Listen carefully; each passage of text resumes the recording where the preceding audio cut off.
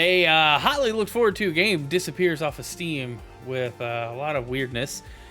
Spider-Man gets snubbed at the Game Awards, and Xcloud might be doing some weird things. But first, we're talking about my Twitch recap for 2023. Welcome to the Game News Show. Let's jump into some things.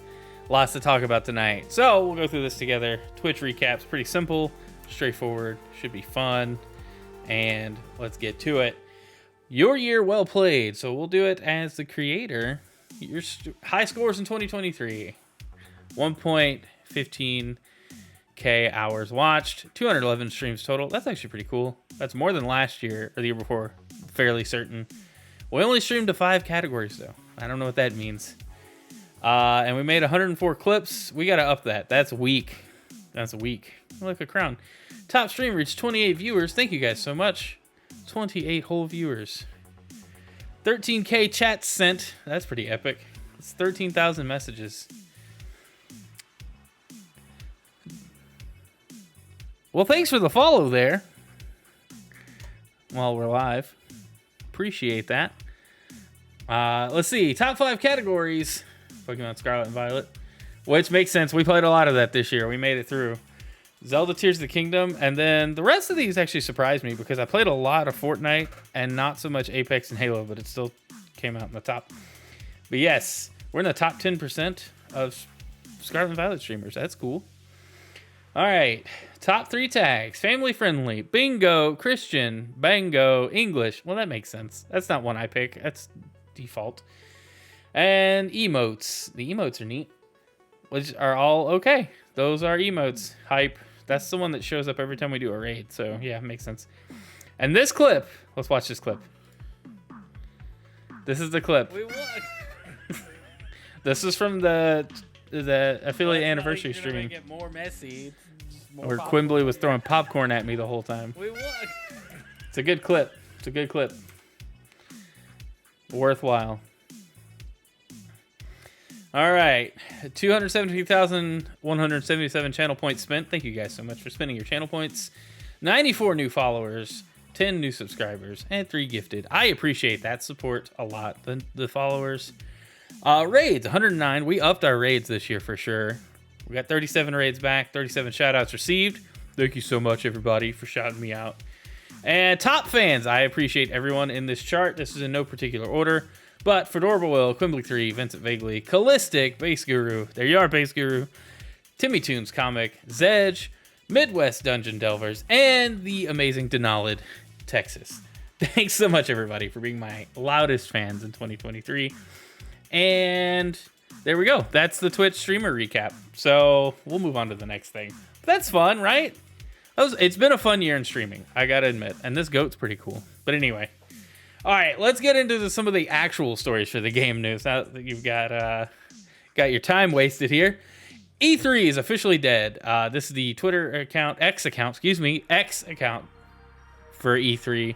After more than 2 decades of E3, each one got bigger than the last. The time has come to say goodbye, and no one is surprised by this. I guarantee you. It is sad to see. I'm gonna make it bigger so we can see this better. But it is sad to see, but the writing was on the wall. GG, well played. Unfortunately, COVID really screwed things up. 2019 was the last E3 in person, and that's where we are. So I guess Summer Game Fest is all we have to look forward to for game announcements during the summer. I'm a little bummed by this because I always wanted to go to E3 as a kid and as an adult, and I done neither of those things. So if you went to an E3, shout out that you're a rare breed now. So enjoy that. Maybe something new will come and take its place. Summer Games Fest has a bunch of different events. We still have Gamescom. We still have Tokyo Game Show that are big events that do things. So there's that. I don't know though. I'm kind of bummed. It's really a loss. If you've been a gamer as long as I have, like E3 was just something you liked and looked forward to every summer. It was like Christmas in July, except it was in June, and you didn't get anything except a bunch of commercials for games you wanted to buy. So, yeah. Anyway, super hyped. for the sadness that is. I'm not hyped for this at all. What am I saying? I hope something new comes and takes its place now, though. I really hope something new comes along. The need, or I guess the desire for in-person events didn't go away. People still want to get together and celebrate video games, and stuff like the Game Awards, I don't know. I'm just not on the bandwagon of that's the best we can do, because we can do so much better. But this gets people in the door, gets people talking, spending time together. Like, that's important for gaming. And so, bummer. All right, moving on. Speaking of the Game Awards, the complete list of winners. I don't know if anybody watched it. I don't know how you felt about it. I caught it. I watched it muted. I had it on my phone and tried to keep up with trailers and announcements. I missed most of them, and so just had to get a recap. And here we are. Sega won this, though. I made it short on that earlier. Game of the Year, Baldur's Gate 3. Player's Voice, Baldur's Gate 3. Best Game Direction, Alan Wake 2. Narrative, Alan Wake 2. Art Direction, Alan Wake 2. Best Score and Music, Final Fantasy 16. Best Audio Design, Hi-Fi Rush. Best Performance, Baldur's Gate 3. Games for Impact, okay. Best Ongoing Game, Cyberpunk 2077. That's weird, but okay. Best Indie, Sea of Stars. Best Debut Indie, Cocoon. Community Support, Baldur's Gate 3. Best AR VR, Resident Evil Village. Best Mobile, Honkai Star Rail. We played that earlier this year. Best Action Adventure, Tears of the Kingdom. Best Action, Armored Core, Fires of Rubicon. Best RPG, Baldur's Gate 3. Man, Baldur's Gate really just swept a bunch of categories. Best Fighting, Street Fighter 6. Best Family Game, Super Mario Bros. Wonder. It's not really a surprise there. Best Sim Strategy, Pikmin 4. That actually kind of was a surprise. Best Sports and Racing, Forza Motorsport. Makes sense. Best Multiplayer, Baldur's Gate 3. I guess so. Most anticipated, Final Fantasy 7 Rebirth. Of those, yeah, I guess so. Best Adaptation, The Last of Us. Okay. Content Creator of the Year, whoever Iron Mouse is, congratulations. Best Esports Game, Valorant. Sure. Best Esports Athlete, Faker. Maybe not. Best Esports Team, Esports Coach, Esports Event, Esports. Innovation and Accessibility, Forza Motorsport. So, okay, cool. All solid. I think a lot of the criticisms this year were that some of these awards were very rushed when they tried to show them. And that, some people were given a lot more stage time than others. I don't know. Like I said, I've grown less and less attached to the Game Awards as time has gone on. So that's where we are. But one thing that I did want to point out, I saw a lot of articles about this. This is from Game Rant. Spider-Man 2 didn't win any awards at the Game Awards 2023. And some people were upsetty spaghetti about this. And I get it. If you like Spider-Man 2, it's a fantastic game. At least from what I understand. I haven't played it myself, but it's a fantastic game. It's no reason to believe it's not great. The first one was fantastic. And so it got snubbed in a lot of ways, and that bummed people out, and it makes total sense, and I totally understand. But competition was actually really tough this year for games. Like, there was a lot of good games released. I can acknowledge that and not play any of the games that actually won awards, except like Zelda and Pikmin. Most of those games I'm not even going to touch, like, ever, and can acknowledge that they're good and deserving of the accolades they received. But it does bring into question, like, what's the deal? Like, how do you, in a year where a bunch of good games come out, how does a game like Spider-Man get 7 nominations and get none of them? Like, that's insane to me, but it is what it is. That's, that's life. You just sometimes things don't turn out like you planned, I guess. Do they plan on winning awards? I don't know. I don't know where I'm going with this, but it's kind of a bummer. Don't let that come off as like Spider-Man's not a good game, though. That's the thing. Like, just because it didn't win and it was nominated, like, even being nominated means a lot.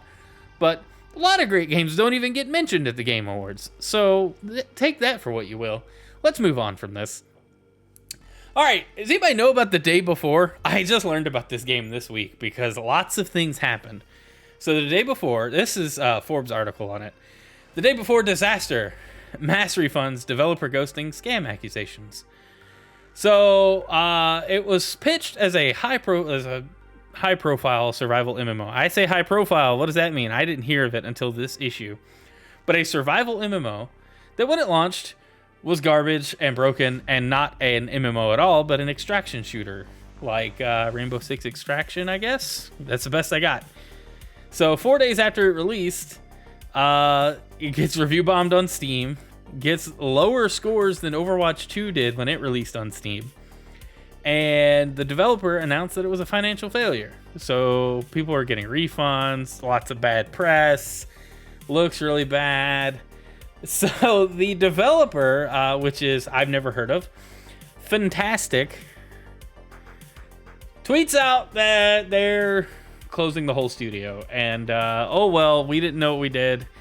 It was hard. Making games is hard. Making games is difficult. Not going to discount that. But, you know, it sounds like they misled people. And they kind of got what they deserved for being misleading. So it sucks. It's a disappointment. But don't market a game and then act like nothing was wrong when you released a broken product that made people upset. I have no attachment to this game or this developer. I have no idea what this game even was. I saw people were hyped about it. I saw discussion around it, and then this popped up on my Twitter feed, and I was just like, what even happened? Like, the whole studio just shuts down because their game was so bad. But hey, you know, that just shows you can't lie to people, and you can't expect people to support you after lying to them. So, huge bummer. All right, let's move on to our next story. All right, this is where we're going to get kind of weird. Microsoft may enter new markets with ad-supported game streaming. All right, so Xbox CFO Tim Stewart was in an interview. And what site is this? This is courtesy of gamesindustry.biz. Good website, mostly. I don't know.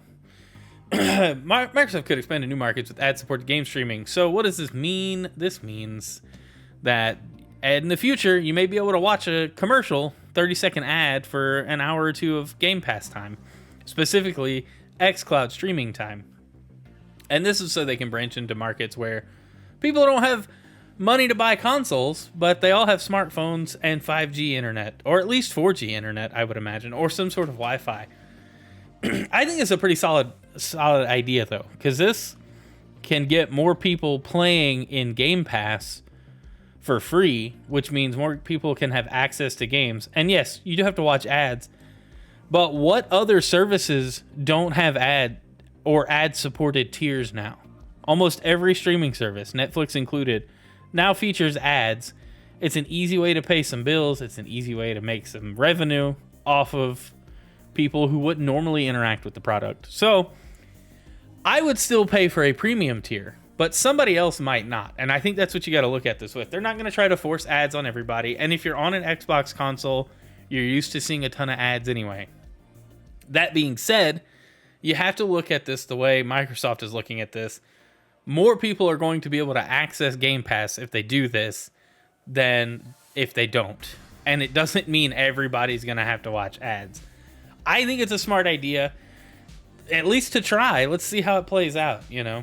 And that's if they can get the Xcloud infrastructure built up in some of these regions, because we all have seen the queue times on Xcloud at some weekends and some days. I know I've queued up for Fortnite a few times, and I had to wait a little while before the game was even going to launch. So it's cool. I don't know. It's cool to see stuff like this work, because if this does work and more people are on Game Pass, more people put their games in the service, you know, that means an indie dev may not need to, like, you know, struggle to raise funds. They could just work out a Game Pass deal and get a ton of views or a ton of people playing for very little effort. But yeah, that's interesting. All right, let's get to our last story. All right, this one's kind of big. Epic win is courtesy of The Verge.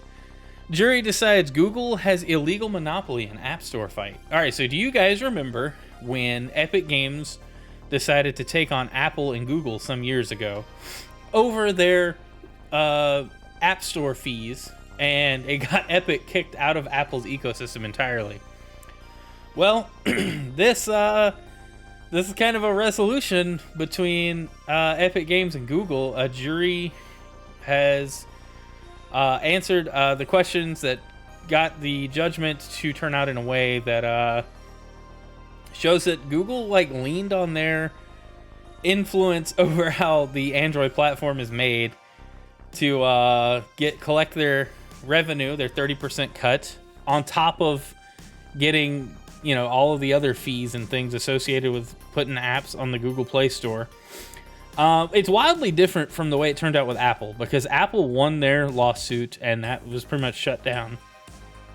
But Epic's case here was a little different, saying that Google unfairly just kind of leaned on its weight to force people into like sweetheart deals with ads and revenue sharing and all of that. I don't have all the details here, but what I will say is you can already sideload on Android, so it doesn't really matter.